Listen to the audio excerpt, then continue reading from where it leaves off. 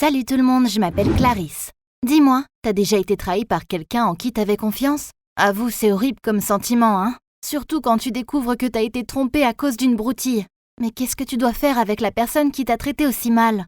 Bon, si tu t'abonnes à la chaîne, je te raconterai une histoire incroyable. Regarde-moi cet athlète. Stylé, non? C'est mon père, et il a battu plein de records quand il était plus jeune. Il aimait beaucoup les sports de contact, et il en a fait pas mal au niveau professionnel. Il avait sa propre salle de sport où il s'entraînait, et il aidait aussi d'autres athlètes à devenir plus forts. Donc c'est normal que dès que j'ai pu marcher, mon père m'a amené là-bas.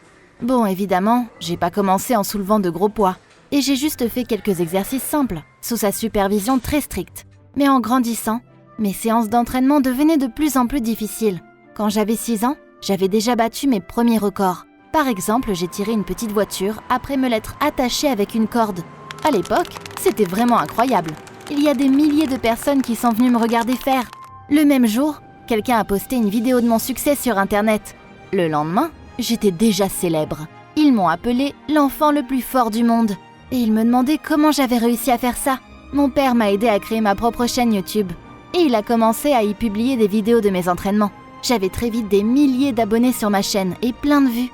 Et les chiffres augmentaient tous les jours.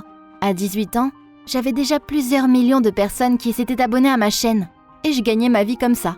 J'avais des contrats avec plusieurs entreprises de vêtements de sport et de produits alimentaires. Et j'ai commencé à en faire la promotion dans mes vidéos. En gros, je me débrouillais plutôt bien. Évidemment, je continue à m'entraîner dans notre salle de sport personnelle. J'ai commencé à tourner les vidéos moi-même, en train de m'entraîner et de battre de nouveaux records de force. Je mettais tout sur ma chaîne et je vivais tranquillement comme ça. Mais un jour, mon petit monde a commencé à s'effondrer. J'ai appris que j'avais de la compétition. Une athlète de mon âge. Elle s'appelait Alicia et elle faisait les mêmes choses que moi. Elle tournait des vidéos de ses entraînements, puis elle les mettait sur sa chaîne. Mais il y avait 2 différences entre nous. Premier truc, elle arrivait à peine sur YouTube. Et elle n'avait pas encore des millions de vues. Deuxième truc, un peu moins cool. Elle était plus forte que moi. Et elle établissait des records plus impressionnants que moi. Autant dire que je n'étais pas très contente d'apprendre ça, quoi. Après tout, je pensais que j'étais la fille la plus forte de notre ville. Mais le plus chiant, c'est que pas mal de mes abonnés ont commencé à nous comparer. Et ils préféraient Alicia. Un jour, je m'entraînais dans ma salle de sport et je réfléchissais à comment la battre. Je trouvais que c'était bizarre que je n'avais jamais entendu parler d'elle avant, alors que je connaissais tous les athlètes les plus forts du coin. Pendant que j'y réfléchissais, je n'avais pas vu qu'un type s'était faufilé dans ma salle de sport. Vu son corps, c'était un athlète qui s'entraînait depuis pas mal de temps. Il m'a dit « Salut, je suis Dani. Tu peux me dire où se trouve le vestiaire ?» Mais j'étais de mauvaise humeur à cause de ce qui se passait en ce moment. Et je n'avais pas envie de parler à qui que ce soit. Donc je l'ai regardé un peu de haut et j'ai répondu avec un ton désagréable. « Tu ne sais pas lire? Il y a un panneau là-bas. » Il a juste haussé les épaules et est parti. Je me suis demandé ce que je pouvais faire pour reprendre mon succès. C'est là que j'ai une idée. Je devais établir un nouveau record de force pour épater mes abonnés. J'ai donc commencé à m'entraîner. Et une semaine plus tard, j'ai donné vie à mon plan. Il y a plein de gens qui sont venus me voir dans ma salle de sport. Et j'ai établi un nouveau record devant tout le monde. J'ai soulevé une barre avec 2 hommes, adultes, suspendus à ses extrémités. Tout le monde était extatique et ils m'ont applaudi. Le soir même, j'ai mis en ligne une nouvelle vidéo sur ma chaîne. Et j'étais persuadée que j'avais vaincu Alicia. Tout se passait comme je l'avais espéré. Tout le monde me félicitait dans les commentaires. J'étais redevenue la fille athlète la plus forte. Puis un jour, j'ai revu le gars avec qui j'avais été impolie dans le gymnase. Je me suis souvenu qu'il s'appelait Dani et j'avais honte de l'avoir traité comme ça. Donc je me suis rapprochée de lui et j'ai commencé à lui parler. En vrai, c'était un cas vraiment gentil et sympathique, avec beaucoup d'expérience sportive. On avait beaucoup de points communs pour discuter. Et en à peine 1 heure, on se parlait déjà comme de vieux amis. Je lui ai parlé de ma rivalité avec cette athlète mystérieuse qui essayait de me voler mes followers. C'est là que Dani m'a offert son aide pour m'aider à me préparer pour établir de nouveaux records. En gros, je kiffais ce gars. Mais là, il s'est passé un truc auquel je ne m'attendais pas.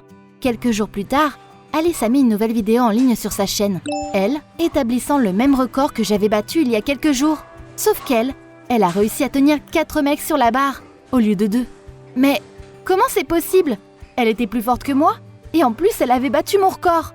Dans les commentaires, nos followers nous comparaient, et se mettaient d'accord sur le fait qu'Alicia était plus forte que moi.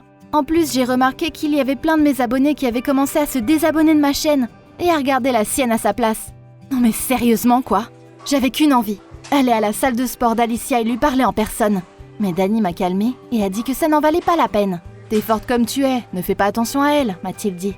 Je me demandais s'il n'avait pas raison. Il y aurait toujours quelqu'un de plus fort que moi au final. Il fallait que je me contente de mes records et mes spectateurs fidèles. Mais là, j'ai reçu le message de trop. Les boutiques en ligne dont je faisais la promotion sur ma chaîne ne voulaient plus travailler avec moi. Ils m'ont dit que ma chaîne perdait de sa popularité et que mon public préférait mes rivaux. Et quelques jours plus tard, j'ai vu Alicia promouvoir des entreprises de vêtements, de sport et de produits alimentaires dans ses vidéos. Elle m'avait volé tous mes sponsors. J'étais hors de moi et j'avais aucune idée de comment récupérer mes abonnés.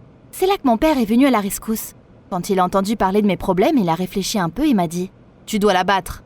Oui, elle est plus forte, mais toi, t'as un avantage. » Et il m'a rappelé comment j'étais devenue populaire au début.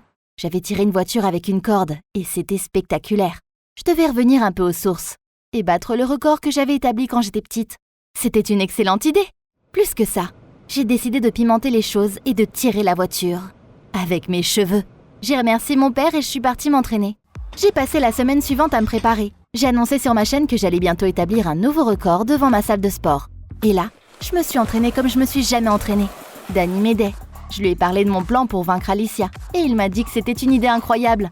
Après tout, elle n'avait pas les cheveux aussi longs que les miens et elle ne serait certainement pas capable de répéter mon record. Finalement, le jour est venu et une foule s'est rassemblée à côté de ma salle de sport. Tout le monde voulait voir ce que je ferais. C'est une voiture assez énorme qui m'attendait, avec une corde à côté.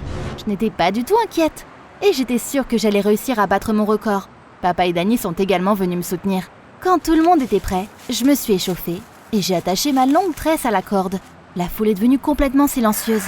C'était vraiment dur, mais j'y ai mis toutes mes forces et la voiture a bougé un peu. J'ai tiré encore plus fort et la voiture a avancé. Le public a applaudi. J'ai gagné.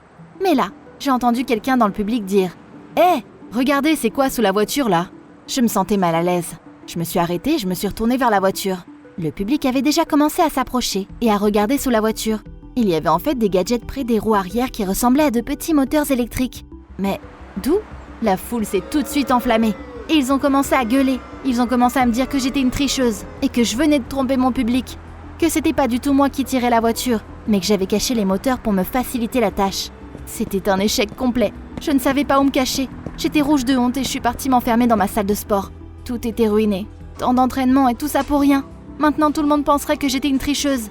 Une personne malhonnête, prête à tricher pour établir de nouveaux records. Évidemment, je n'ai pas mis la vidéo sur ma chaîne. Je ne voulais pas que des millions de personnes me voient échouer. Mais par contre, d'où est-ce qu'il y avait ces moteurs sous la voiture ? Après tout, j'avais tout vérifié juste avant. C'est là qu'il s'est passé un truc horrible. Une nouvelle vidéo est apparue sur la chaîne d'Alicia. Et tu sais ce que c'était ? Et ouais, la vidéo de ce qui s'était passé avec la voiture. Vidéo que je ne voulais plus jamais revoir, ni même m'en souvenir. Mais visiblement, elle voulait mettre le clos final dans mon cercueil. Mais ça m'a fait réfléchir. Ça voulait dire qu'elle était dans la foule et qu'elle avait tout filmé elle-même. Mais comment ça se fait que je ne l'avais pas vue alors ? Puis elle devait exactement savoir ce que j'allais faire. Et là, j'ai compris qu'il m'avait mis la honte devant tout le monde. Non mais, trop c'est trop. J'ai tout de suite couru vers la salle de sport où Alicia s'entraînait. Et je ne prendrai pas des gants avec elle, parce que là, elle avait franchi une ligne. Ce qu'elle avait fait n'avait pas sa place dans une compétition sportive loyale. Je l'ai tout de suite vue quand je suis rentrée dans la salle de sport. Elle était en train de filmer une autre vidéo. Puis elle est partie au vestiaire. Je l'ai suivie. J'étais prête à la faire avouer toute la vérité. Et j'étais sur le point de l'attraper, quand elle a levé la main et a enlevé ses cheveux de sa tête. C'était une perruque. Puis elle s'est retournée et m'a vue. Qu'est-ce qui se passe là ? Ce n'était pas du tout Alicia, c'était un mec ? Danny ? Il s'était mis du maquillage et il était en habit de femme. Il m'a souri vicieusement avant de me dire « Tiens Claire, on se rencontre enfin !» Et il m'a raconté la vérité. Danny avait longtemps été entraîneur de sport de force, mais il n'avait jamais réussi à devenir un vrai gagnant. Il avait atteint la limite de ses capacités et il ne pouvait pas rivaliser avec d'autres athlètes masculins. Ils étaient juste plus forts. C'est alors que Danny a décidé de changer de tactique, de faire semblant d'être une fille et de gagner parmi les femmes. Là au moins il serait le plus fort. Et il avait réussi. Mieux encore, sa technique marchait tellement bien qu'il commençait à gagner de l'argent quand il a créé sa propre chaîne et promouvoir les vêtements et aliments pour athlètes. La seule personne qui se dressait sur son chemin, c'était moi. C'est pourquoi il est devenu mon pote, pour éliminer une concurrente. Je suis désolée Clarisse, mais la fin justifie les moyens, m'a-t-il dit. J'étais carrément bouleversée. J'avais qu'une envie pour être honnête, exposer le mensonge de Danny et montrer la vérité à tout le monde. Mais quand j'ai tout expliqué à mon père, il m'a arrêtée et m'a dit « Ce type, c'est juste un perdant égoïste. Il n'a pas réussi dans le sport, donc il a décidé de gagner de l'argent en trompant les gens. Ne t'embête pas avec lui. » Papa ajoutait que les vrais athlètes ne faisaient pas des choses comme ça. Ils faisaient juste du sport et gagnaient en toute loyauté. Bien sûr, mon père avait raison. comme toujours. Je devrais tout oublier de ce traître et passer à autre chose.